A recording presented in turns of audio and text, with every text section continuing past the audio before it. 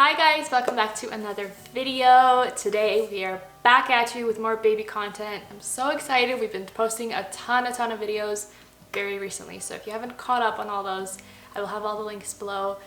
I probably should make a playlist as well. If you've never seen my face before, hi, I'm Varia. This is my lovely fiance, Mitchell, and we're expecting a baby coming this May. I will go ahead and leave his channel below. He's been posting some videos as well, so definitely check them out. And just to clarify, my name is actually Mitchell, not Mitchell. Varia, just that's her nickname for me is Mitchell. So just like so people don't get confused. Because like people get confused a lot. They're just like, wait, I thought his name was Mitchell. In this video, we wanted to sit down and talk to you guys and explain this whole situation. I realized that hasn't been made very clear, like whether or not this pregnancy was planned, whether or not we intended to be in this position at this time in our lives, since previous videos in the past have kind of suggested otherwise. So we just want to talk about all that. We want to tell you our thought process and whether or not we plan to be pregnant right now.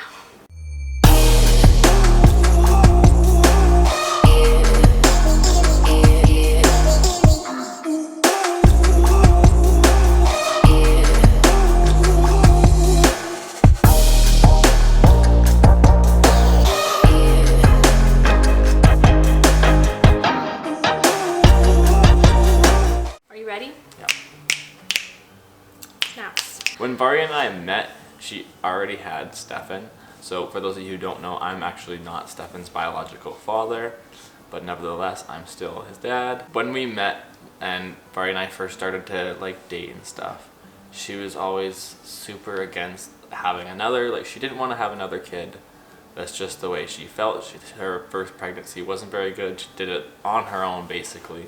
Yeah, and it was just such like a traumatizing experience. Pregnancy and then like doing the newborn thing by yourself. It was just a lot and it didn't leave me with very good memories, and I didn't want to go through that again. So I was very much like against kids, and I already had one, so it's like, why do I want another one? But you always wanted kids. Yeah, I always wanted kids. I always wanted two kids, a boy and a girl. That's the kind of family I grew up in, and that's always the family I dreamt of having. And then the beast awoke. The beast. Varia the beast. I then quickly realized that Mitchell was an amazing person, A, and B, he was an even better dad. And I instantly was like, okay, let's have 11 children. Like, I'm ready. I don't know. I was like I didn't sign up for this. I didn't sign up for this. I don't know where that shift came from, because I feel like throughout my whole life, there's been like different intervals of like, I want 0 kids, I want 50, I want 2, you know, it's just like this constant inner battle. But I want a bigger family. Like, I'm not saying I want a ton of kids, but I want a bigger family. Oh, she wants a ton of kids. Yeah, but like I want a bigger family. I think it'd just be so fulfilling. I feel like when we're older, to have all these kids and anyways. To have all these kids who don't call us and talk to us? No. Well-raised kids, that's the goal here. We will never bring in a child into this world that we're not ready for, that we can't parent well enough, that we don't think we can support financially, emotionally, physically, like in every possible way. That's ultimately our like threshold of whether we should have a kid or not. At this point, we are slowly creeping into parenthood of 2, and let's talk about it. When Varia finally started to warm up to the idea of having kids, she, just because of how her pregnancy went before, she felt like she did it the wrong way, which of course there's no wrong way of doing it. Like, everybody's different. Everybody can never get married and have kids, or the opposite. But Varia felt like she wanted to do it the right way, which is to her traditional way, yes, which is to her was to get married and then have kids. So that's what she said. She's like, okay, like if we want to have kids, like we need to be married first and stuff like that. And I never ever wanted to get married until I was finished school.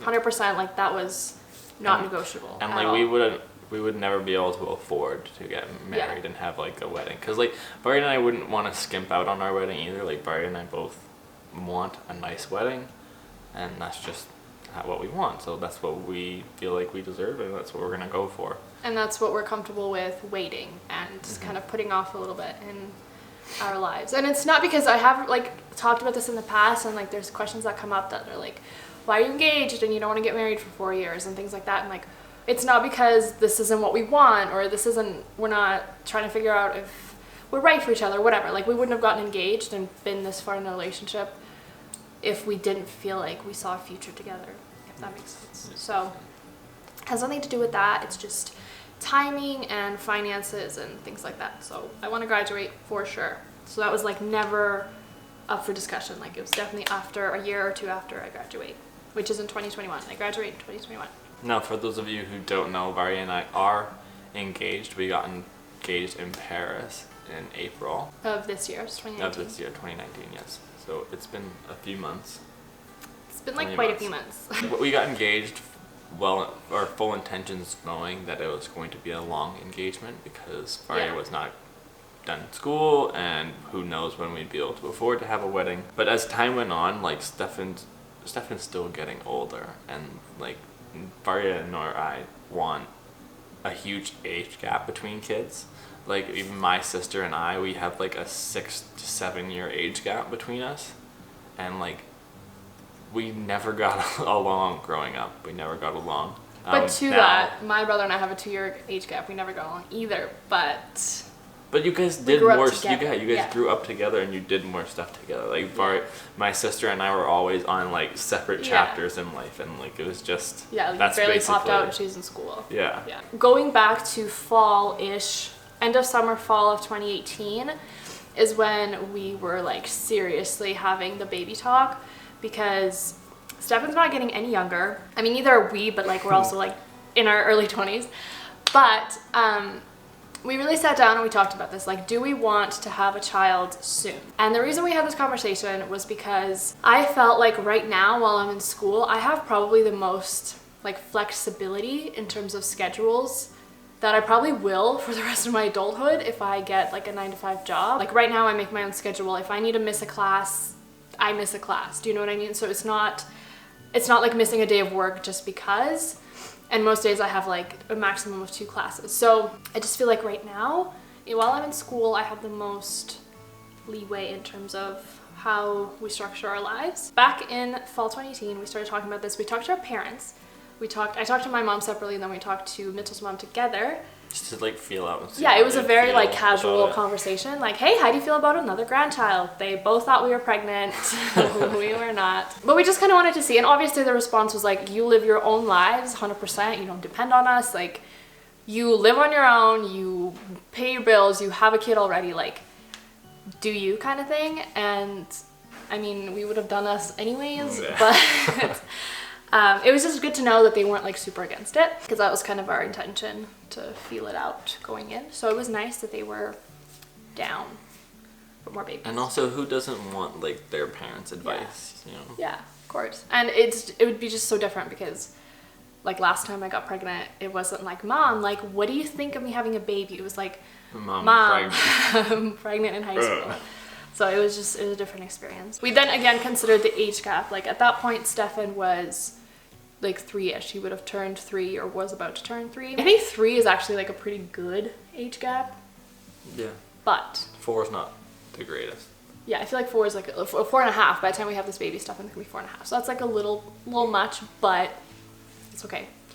But the reason that we didn't try last fall is because I wanted to get my IUD out, and I wanted to give my body some time to adjust back to its natural cycle and just like get things back in order, and then for me to be able to get a grip on tracking it, because I pretty much got pregnant with Stefan right away, and then I was on birth control for like 2 or whatever, like pretty much since he was born until January of this year I was on birth control. So my body hasn't like had time to like process things.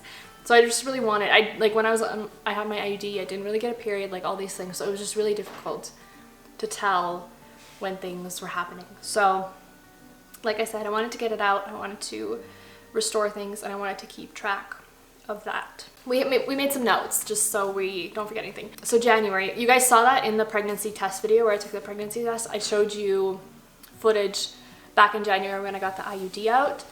And a lot of people assumed that that's like kind of when we were going to start trying, and that's totally a fair assumption because we never clarified. Like, what the deal with that was. So no, we have not been trying. No, we have not been trying months for like and months and months. I got the IUD out, and I immediately got an app, and I've been using the Women Log app, and it's really good. It lets you like not only track your periods, but it lets you track symptoms, like just all these different things, and then it graphs things up for you, so you're able to see things very visually, and then you're able to see like your little dips and stuff like that. So I did eventually purchase the ovulation strips that I would use. I also measured my temperature every day. I took folic acid, just like all these different things to kind of get my body ready for pregnancy. So when Bari and I started planning this, we didn't just like, oh, let's start trying. Like we had came up with a plan. So Bari had been tracking to like find out, because we had like a 3-month window to get this. So that's like only 3 shots. And believe it or not, you only ovulate once a month. It kind of just like blows my mind, because like there's so many people who just like get pregnant by accident, but like how do you get pregnant by accident when it's actually like pretty hard. But yeah, it's kind of crazy to me. And we don't want to be insensitive at all to anyone going through fertility issues or that has been struggling with infertility. But we did, our first month of trying was August, and we ended up getting pregnant in that month. We did have one pregnancy scare actually between January and August. I was very stressed. I think it was around midterms or finals or something. I think it was finals. I was super stressed out. Actually, it may have been even my spring classes, because that was a gong show. But I was super stressed out. My period was 6 days late, which is pretty late to, so I thought maybe we were pregnant. But no, it came. But this time in August, I guess it would have been like early September that I was starting to feel pregnancy symptoms, and my period wasn't coming and all these things. But so we did get pregnant on our first try, but I think not only like, yes, we're biologically equipped and it worked out, but also we did our homework and we prepared, and we really made sure that we like were on track. Although August was a super like shady month, like I could not find my ovulation date, like we never did. Yeah, that's why I was kind of thought that we wouldn't get pregnant in August. There was like a month or two prior to August that I also couldn't find my ovulation date, and maybe I thought I just wasn't ovulating in those months. And it's kind of like stressful, because like you have 3 months, but basically 3 tries to like get it right, and like we just thought that, well, there goes our August try. We have 2 more now. Yeah.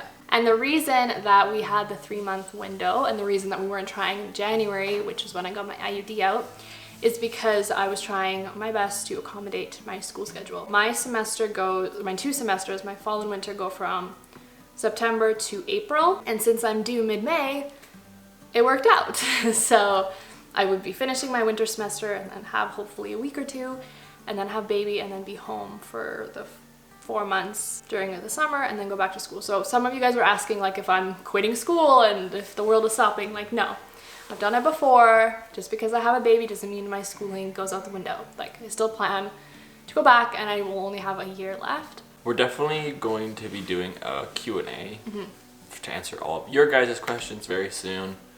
Don't know whose channel that will go up on. Mine. But yeah. Subscribe. Okay. So that's kind of the backstory of this pregnancy, and it was planned, and it was nice that it was planned, because last time it wasn't, and it was stressful, and it was not a happy time, whereas now it's like we wanted to be here. And I know that schooling, college, babies is difficult, and I'm not saying that it's not. It's something I'm prepared to do, and I'm almost done this semester, and it's been like going okay. So I don't know, I've done it with Stefan, and it was very different. The circumstances were very different, but I was also very much alone. I did it all by myself. So this time I do have you. And I took 3 spring courses in this last spring semester so that I could lighten up my load for my last year. So hopefully I'll have far fewer classes that I need to take in order to graduate on time. Like I'm 3 classes ahead of where I should be right now. So that's quite a bit. That's a full like semester's worth if you're trying to be full-time. That was another reason why we didn't try it last fall in 2018, was because I wanted to get ahead on schooling so I wouldn't be stressed for when I'm a mom of 2 and have to go to school. So wow. Yeah. I'm like a superhero. You got a good one. I know. I know. If there's anything that we forgot to talk about, we will touch on it in the Q&A that we will do soon. But I hope you guys enjoyed this video. Hopefully this cleared some things up because I know there were some questions. We are super excited. If you didn't know, we are due May 15th of 2020. So that'll be fun. Hopefully the baby doesn't come early this time like it did with Stefan. Stefan came 5 weeks early, so that was a surprise, but we'll see. We hope you guys enjoyed this video. Again, subscribe to Mitchell, subscribe here. Our Instagrams are below, and we are doing Vlogmas. Yes, we are. We're doing Vlogmas. It's quite a lot right now, but go ahead and click the link below. Check it out. We are super excited to be doing that. This is my first pregnancy during Christmas, which was so fun. Join along. Basically every single night, this is how our night goes right now. Like we put Stefan to bed, and Varya and I are just in the office for like the rest of the night editing. Like just, it's crazy.